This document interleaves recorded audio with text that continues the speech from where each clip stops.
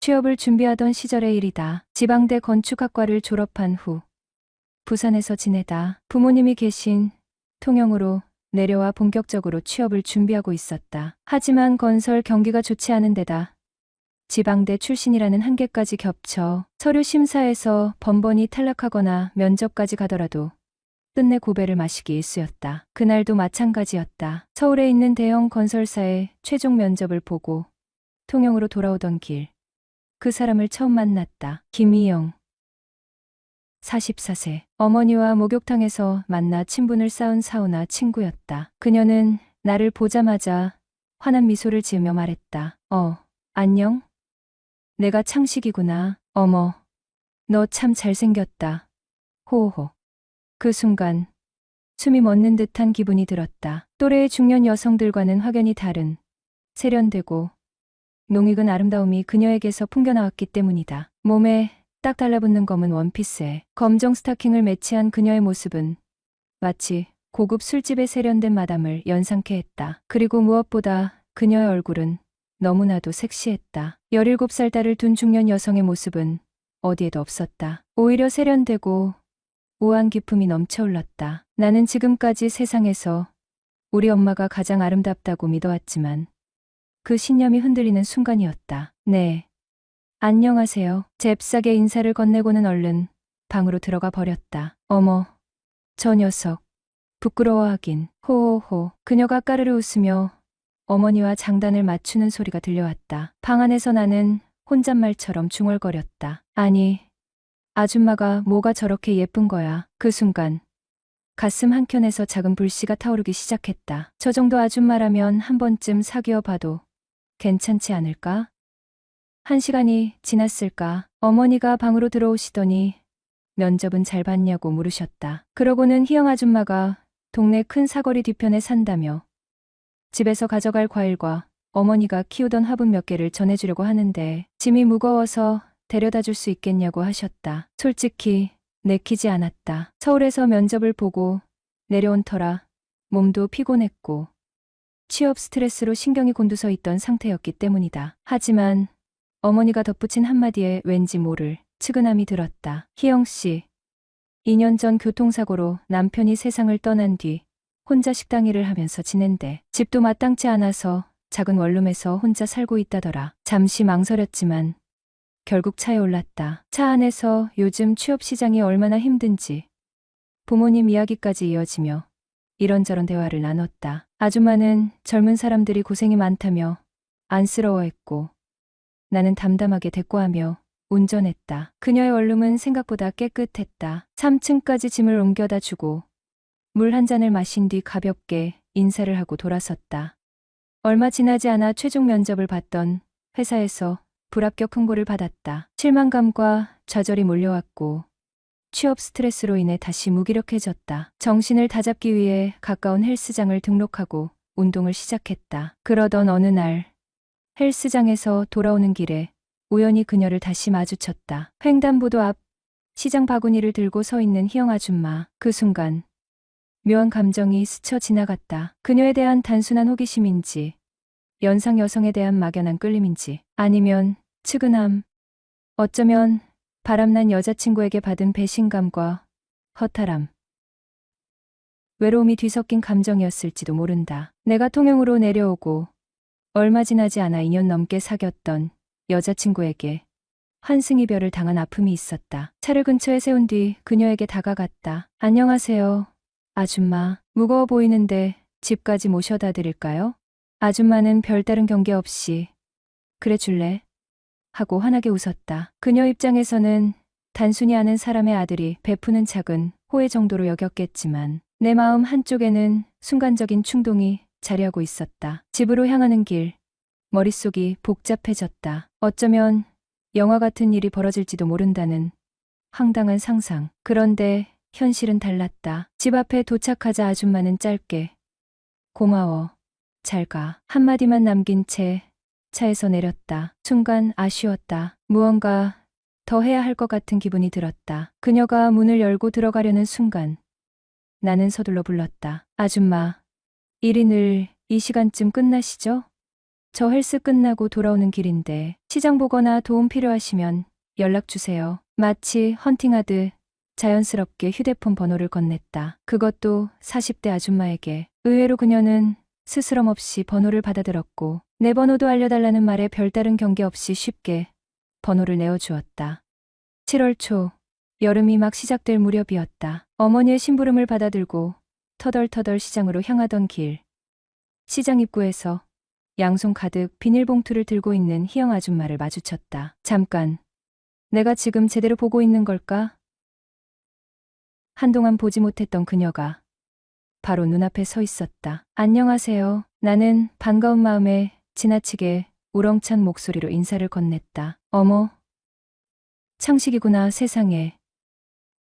이런 데서 널 다 보네. 그래, 잘 지냈어? 희영 아줌마는 환하게 웃으며 나를 반겼다. 그 순간 마치 오래된 기억이 불현듯 되살아나는 것 같았다. 나를 밤잠 설치게 했던 여자. 내 가슴 한구석을 알 수 없는 감정으로 뒤흔들던 여자. 나는 자연스럽게 그녀의 손에서 봉투를 낚아채 양손에 들었다. 아줌마, 제가 집까지 들어다 드릴게요. 나는 싱긋 웃으며 말했다.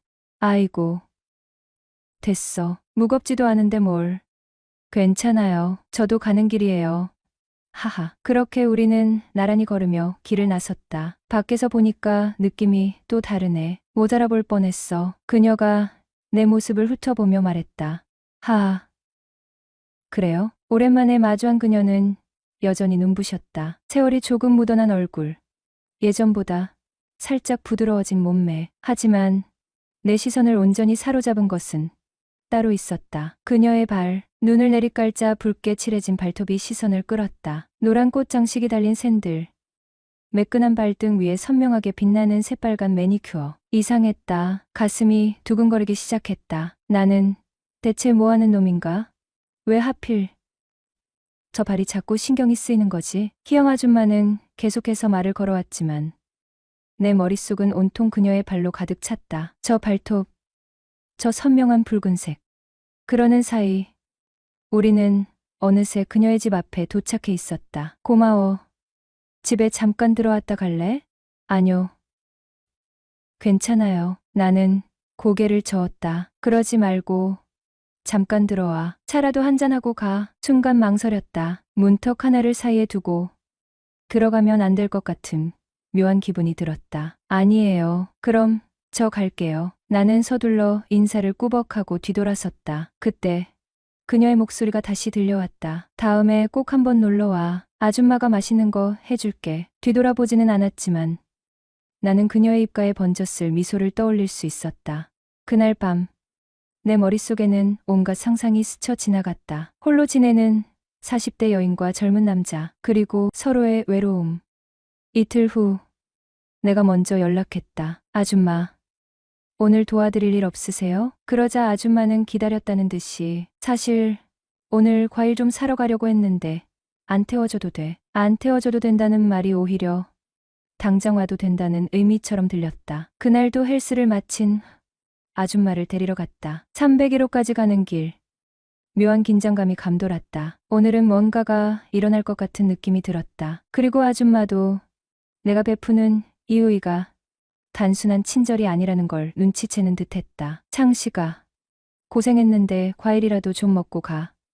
시간 괜찮아? 저야 남는 게 시간이죠. 오늘 창식이랑 다녀보니까 너무 든든하고 좋더라. 그쵸? 저도 좋았어요. 이래서 남자는 여자에게, 여자는 남자에게 필요한 거라니까요. 뭐라고? 남자가 필요하다고. 호. 뭐가 무슨 남자야. 그냥 애지. 아줌마, 저 나이가 몇인데요? 저 28살이에요. 28살이면 나한테는 애기지. 그녀는 빤히 나를 보며 엷은 미소를 지었다. 아줌마, 혹시 자기가 예쁜 거 아세요? 창식이, 너 자꾸 왜 그래? 나한테 남자로 보이고 싶은 거야? 네.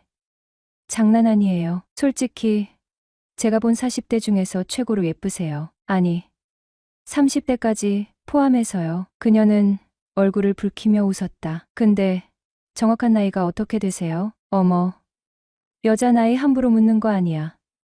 그래도 창식이니까 특별히 알려줄게. 나 올해 44살이야. 네?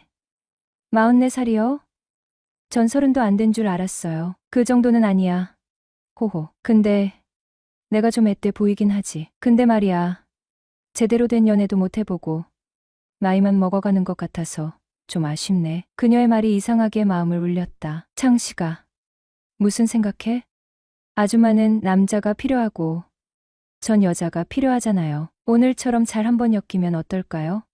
순간 정적이 흘렀다. 아줌마는 얼굴이 더 붉어지며 고개를 숙였다. 왜요? 저랑 연애하기 싫으세요? 아니, 그런 게 아니라 괜히 소문이라도 나면 사람들이 이상하게 볼까봐 조심스럽게 만나면 되죠. 그게 말처럼 쉽나 지켜보는 눈이 얼마나 많은데. 우리는 그 후로도 이런저런 이야기를 나누었다. 그러던 중 나는 무심히 물었다. 아줌마, 어깨 많이 아프시죠? 어머, 어떻게 알았어? 식당 일하고 나서 어깨가 늘 욱신거려. 헬스장에서 마사지 배웠는데 제가 한번 해드릴까요? 그녀는 기다렸다는 듯이 그래, 한번 해줘봐. 나는 그녀 뒤로 가서 마사지를 시작했다. 그리고 5분도 채 지나지 않아 우리는 선을 넘어버렸다. 아줌마는 순간 당황한 듯 했지만 예상했던 일이었던 듯 받아들였다. 그날 밤 우리는 서로의 외로움을 채웠다. 그리고 6개월 후 나는 취업에 성공했다. 강원도 건설사 현장에 발령을 받아 통영을 떠나야 했다. 그렇게 우리의 관계는 장거리 연애로 이어졌다. 희영 아줌마와 1년 넘게 만나오고 있어요. 함께 웃고 떠드는 시간은 마치 꿈처럼 달콤했어요. 나이 차이는 숫자에 불과하다는 것을 그녀를 만나면서 실감하게 되었죠. 우리는 서로의 삶에 깊숙이 스며들었고 장거리 연애라는 핸디캡에도 불구하고 뜨겁게 사랑했어요. 통영과 강릉, 물리적인 거리는 멀었지만 마음만은 늘 가까이 있다고 믿었네요. 주말마다 달려가는 통영행 버스 안에서 저는 늘 설렘과 기대로 가슴이 벅차올랐죠. 희영 아줌마를 만나는 주말은 마치 짧은 휴가 같았어요. 가끔은 사소한 일로 다투기도 했지만 얼굴을 마주보고 하룻밤을 함께 보내면 언제 그랬냐는 듯 스르륵 녹아내리곤 했거든요. 우리의 사랑은 그렇게 굳건하다고 저는 철석같이 믿고 있었어요. 하지만 행복은 영원할 것 같았던 그 시간이 서서히 균열이 생기기 시작했어요. 다행히 바라던 회사에 합격했지만 기쁨도 잠시. 치열한 사회생활은 사회초년생에겐 상상 이상으로 버거웠어요. 야근과 회식, 주말 출근이 일상처럼 이어졌고 쉴 틈 없이 흘러가는 시간 속에서 저는 점점 지쳐갔죠. 가장 큰 문제는 희영 아줌마를 자주 찾아가지 못하게 되었다는 거였죠. 한 달 넘게 통영에 내려가지 못했어요. 바쁘다는 핑계로 혹은 피곤하다는 이유로 희영 아줌마에게 소홀했던 것 같아요. 전화를 걸어도 예전처럼 밝은 목소리가 아니었고 메시지 답장도 뜸해졌다는 걸 느꼈지만 애써 외면했어요. 괜찮을 거라고, 조금만 더 시간이 지나면 괜찮아질 거라고 스스로를 다독였죠. 하지만 불안한 그림자는 점점 짙어져 갔고 결국 일주일 전 희영 아줌마에게서 전화가 왔어요. 우리 이제 그만해야 할 것 같아. 마른 하늘의 날벼락. 머릿속은 하얗게 비워진 듯 아무런 생각도 떠오르지 않았어요. 우리가 헤어진다고 상상조차 해본 적 없는 일이었기에 현실감이 느껴지지 않았어요. 그녀의 울먹이고 있었고 떨리는 목소리로 말을 이어갔어요. 장거리 연애. 너무 힘들어 자기도 알잖아. 점점 연락도 뜸해지고 만나는 횟수도 줄어들고 나 혼자 이 관계를 끌어가는 것 같아서 너무 지쳐. 미안해. 정말 미안해. 나쁜 년이라고 욕해도 돼. 사실 어저께 식당에 자주 오던 손님이랑 술김에 선을 넘어버렸어. 심장이 쿵 내려앉는 듯 했어요. 배신감, 충격, 슬픔 온갖 감정이 뒤섞여 정신을 차릴 수가 없었어요. 바람이라니 희영 아줌마가 나를 두고 바람을 피웠다니 믿을 수 없었어요. 그녀는 울면서 자기가 바람 피울 줄은 꿈에도 몰랐다며 자책했어요. 미안하다는 말을 수없이 반복했지만 그 어떤 위로도 제 귀에는 들리지 않았네요. 나도 내가 왜 그랬는지 모르겠어. 자기가 너무 보고 싶었고 외로웠어. 근데 그 손님이 자꾸 나한테 친절하게 대해주고 따뜻하게 말 걸어주고 나도 모르게 마음이 흔들렸나 봐. 희영 아줌마의 눈물은 멈추지 않았지만 제 마음은 점점 차갑게 식어갔어요. 원망스러운 마음이 들었지만 동시에 죄책감에 휩싸였어요. 그녀를 외롭게 만든 건 결국 나 자신이었으니까요. 취업에 성공했을 때 기뻐하면서도 한편으로는 불안했어요. 우리의 관계가 변할까봐, 멀어질까봐 두려웠거든요. 그리고 그 두려움은 잔인한 현실이 되어 제 눈앞에 나타났죠. 그녀의 눈물, 그녀의 고백, 그리고 엇갈려버린 우리의 사랑 모든 것이 꿈처럼 느껴졌지만 가슴 한켠에 드리워진 먹먹한 슬픔은 너무나 현실적이었어요. 우리는 정말 끝난 걸까요? 이대로 모든 것을 놓아줘야 하는 걸까요? 복잡한 생각들이 꼬리에 꼬리를 물고 이어졌고 새벽녘까지 잠 못 이루고 뒤척였어요. 그녀와의 추억들이 파노라마처럼 스쳐 지나가면서 가슴은 더욱 미어지는 듯 아팠거든요. 우리의 사랑은 정말 이렇게 허무하게 끝나는 걸까요? 우리는 잃고 나서야 비로소 그것이 얼마나 소중했는지 깨닫는다.